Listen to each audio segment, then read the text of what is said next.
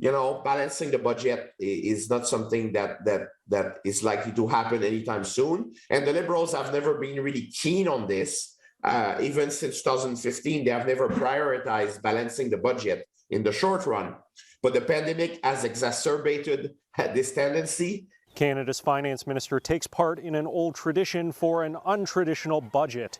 It'll be the first Liberal budget delivered under the Liberal NDP Supply and Confidence Agreement, and Chrystia Freeland will have to keep the New Dems happy under this first test of their New Deal. The government has to act on dental care and also has to start moving forward on other files as well, like housing and pharmacare. So we'll see what's in the budget, but I expect quite a bit in terms of dental care. And it has to be there because it's part of the agreement. The deal with the NDP clearly says the Liberals must introduce dental care for under 12s this year, expanding it next year, along with extending the Rapid Housing Initiative for another year.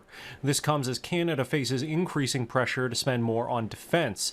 The Trudeau government's 2017 Strong, Secure, Engaged plan promised a huge spending boost, but some cash remains unspent. The budget coming at an uncertain time, with 3-decade-high inflation rates likely to climb further.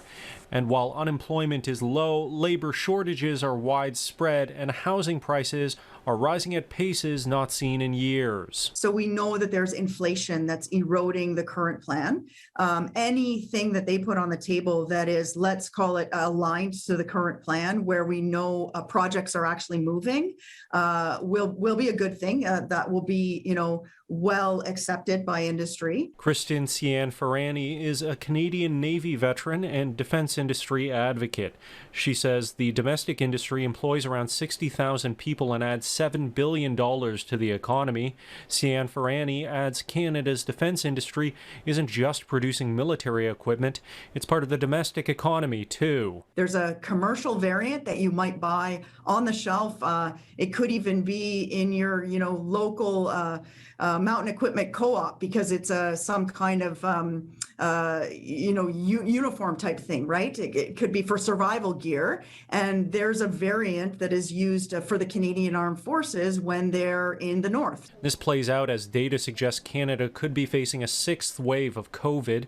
The Canada Sickness Recovery Benefit expires in May, and with the cost of living and a wide range of budget priorities, Bellon says more COVID benefits seem unlikely, though not impossible. The question is to know also if there is a deal about that with the NDP or what they will do. But they have, gradually dismantled these temporary programs over time. And I think this is likely to continue because at some point you will have to make choices, right? In Ottawa, Shally Lee, City News.